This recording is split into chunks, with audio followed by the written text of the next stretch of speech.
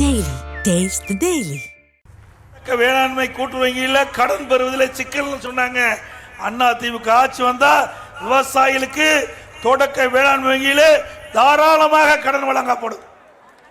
விவசாய தொழிலாளிகளுக்கு அவர்களுக்கு கறவை மாடுகள் கொடுத்தோம், விலை இல்லாம ஆடுகள் கொடுத்தோம், கோழி கொடுத்தோம், எல்லாமே நிறுத்திட்டாங்க. அது மட்டுமல்ல, இன்றைய தினம் அண்ணா திமுக ஆட்சியில் நிறைய பாலங்கள், நிறைய தடுப்பணைகள் எல்லாமே நாங்கள் கட்டி கொடுத்தோம். அதோட கஜா புயல் போது இந்த பகுதி புரட்டி போட்டு விட்டது. அதை முழு வடிவத்துக்கு கொண்டு வருவதற்கு அரசு எந்திரம் முழுமையா பயன்படுத்தி அதை சரி செய்த ஒரே அரசாங்கம் அண்ணா திமுக. அந்த காலகட்டத்தில் கூட அண்ணா திமுக மக்களை சிந்திச்சு செயல்படுத்தியது. அதோட இந்த ஆட்சி வந்த பிறகு விலைவாசி விண்ணை முட்டிக்கிட்ட அளவுக்கு உயர்ந்து போச்சு. இந்த ஆட்சியில புயலை பார்க்கல, வெள்ளத்தை பார்க்கல, வறட்சி பார்க்கல, கொரோனாவை பார்க்கல, எல்லாம் பார்த்த ஒரே அரசாங்கம் அண்ணா திமுக அரசாங்கம். கடுமையான வறட்சி பார்த்தோம், விவசாயிகளுக்கு வறட்சி நிவாரணம் கொடுத்தோம். கடுமையான புயல் கஜா புயல், அந்த புயல் காலத்தில் கூட நாங்கள் எச்சரிக்கையாக இருந்து நடவடிக்கை எடுத்து மக்களை காப்பாற்றணும். அப்போ கொரோனா காலத்தில் எந்த தொழிலும் இல்லை, விலைவாசி உயரல, மக்களை பாதுகாத்தோம். கொரோனா அப்போவும் விலைவாசி உயராம பார்த்துக்கிட்டோம். ஒரு வருஷம் ரேஷன் கடையில் விலையில் அரிசி, எண்ணெய், சர்க்கரை கொடுத்த ஒரே அரசாங்கம் இந்தியாவில் அதிமுக.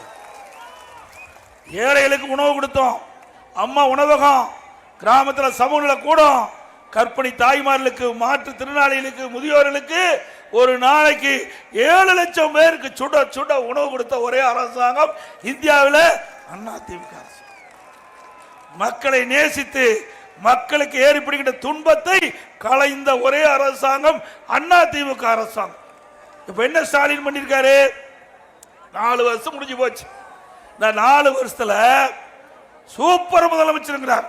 எப்ப பார்த்தாலும் திமுக கட்சிக்காரரு, திமுக அமைச்சர்கள் திரு ஸ்டாலின் போற பக்கம்லாம் பேசுறார்.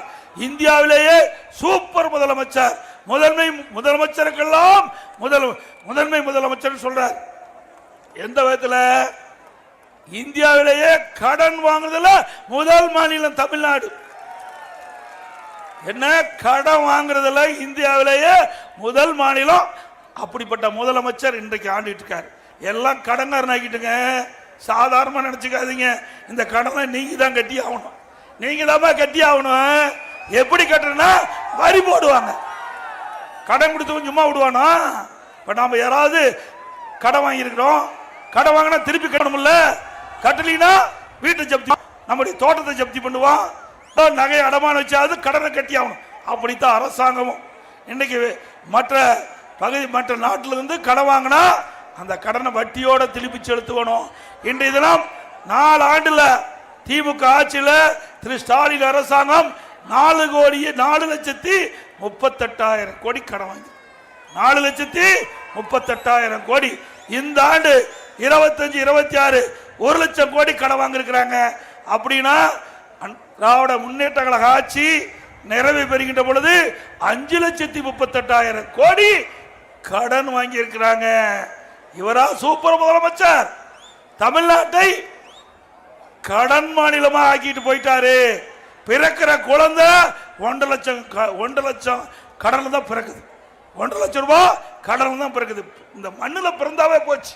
ஸ்டாலின் ஆட்சியில் 1 லட்சம் கடன்ல தான் அந்த குழந்தை பிறக்குது. இதே சிந்தித்து பார்க்க வேண்டும். இன்றைக்கு 75 ஆண்டு காலம் இன்றைக்கு காங்கிரஸ் ஆட்சி, திமுக ஆட்சி, அண்ணா திமுக ஆட்சி, காங்கிரஸ் ஆட்சி, திமுக ஆட்சி, இப்படி மாறி மாறி வந்தது. 75 ஆண்டுல 5,18,000 கோடி தான் கடன். ஆனா 4 ஆண்டுல 4,38,000, 5 ஆண்டு நிறைய போது 5,38,000 கோடி கடன் வாங்கின அரசாங்கம் தேவையா? சொல்லுங்க, தேவையா? கடனை நீங்க தாங்க கட்டணும். பேசாத இருந்தா யாரும் கட்ட மாட்டாங்க. அப்புறம் நாம போராடிட்டு இருக்க வேண்டியதான். ஆக இப்படிப்பட்ட ஒரு மோசமான அரசாங்கம், மோசமான நிர்வாகம் உள்ள ஒரு அரசாங்கம் நாட்டுக்கு தேவையா என்பதை நீங்கள் எண்ணி பார்க்க வேண்டும். அது மட்டுமல்ல, திமுக தேர்தல் அறிக்கையில் சொன்னாங்க 525 அறிவிப்பு வெளியிட்டாங்க. 10% அறிவிப்பு கூட இது வரைக்கும் நிறைவேற்றல. இதுல பாத்தீங்கன்னா படித்த இளைஞருக்கு வேலைவாய்ப்பு உருவாக்கி தரணும். அரசாங்கத்தில் நேரடியா அரசு சார்பா 3 லட்சம் பணியிடம் காலியா இருக்குது. மற்ற துறை அரசு சார்ந்த துறையில 2 லட்சம் பணியிடம் காலியா இருக்குது.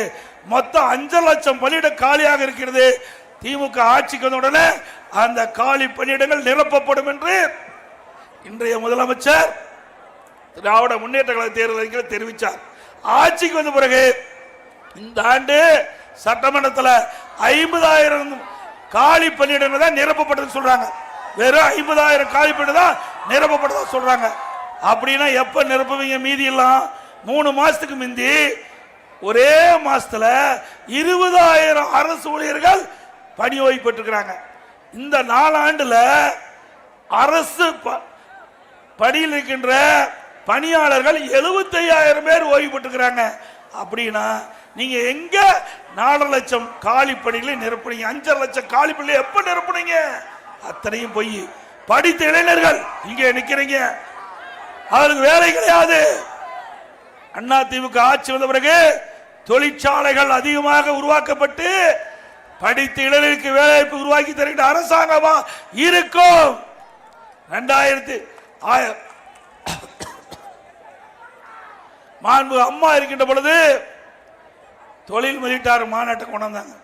2015 கிட்டத்தட்ட 2,42,000 கோடி 98 புரிந்துணர்வு கொண்டாந்து கிட்டத்தட்ட பல லட்சம் பேருக்கு வேலைவாய்ப்பு உருவாக்கி தந்தாங்க.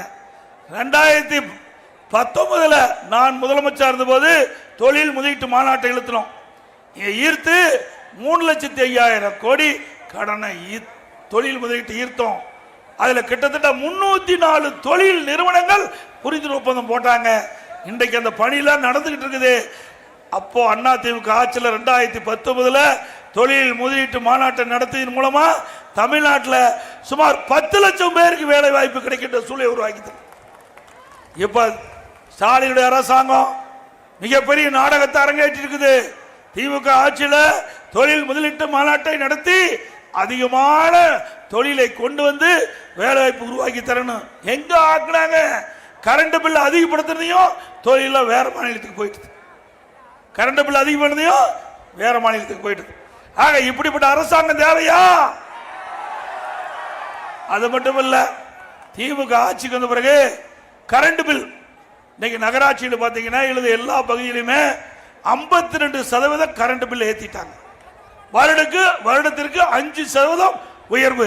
இப்ப கிட்டத்தட்ட பாத்தீங்கன்னா 3 வருஷத்துல 15, கிட்டத்தட்ட 15, 52, 67% கரண்ட் சார்ஜ் உயர்த்திட்டாங்க.